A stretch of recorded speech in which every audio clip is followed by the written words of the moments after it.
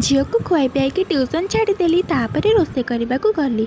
रोसे आज झीर प्रिय पियाजी बनई ताको लगे भात खाई किछि समय भितर गाई गुहालू फिटिला।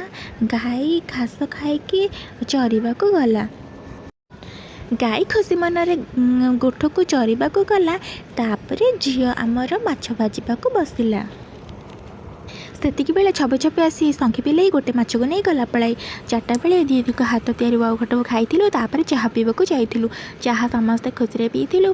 तापर कथबार्ता समस्ते हेलु। एतिक बेले झी आसिक माछ खाइला। माछ खाई भल हो हाथ ठारिक से कहला। राति खाइबार चकुली पिठा को भजा करूँ। आनंद मनरे खाई आराम से शोपड़ू। यही कामना सह भिडियोटी शेष है। भिडियोटी भल लगे सब्सक्राइब करेंगे आशा रहा।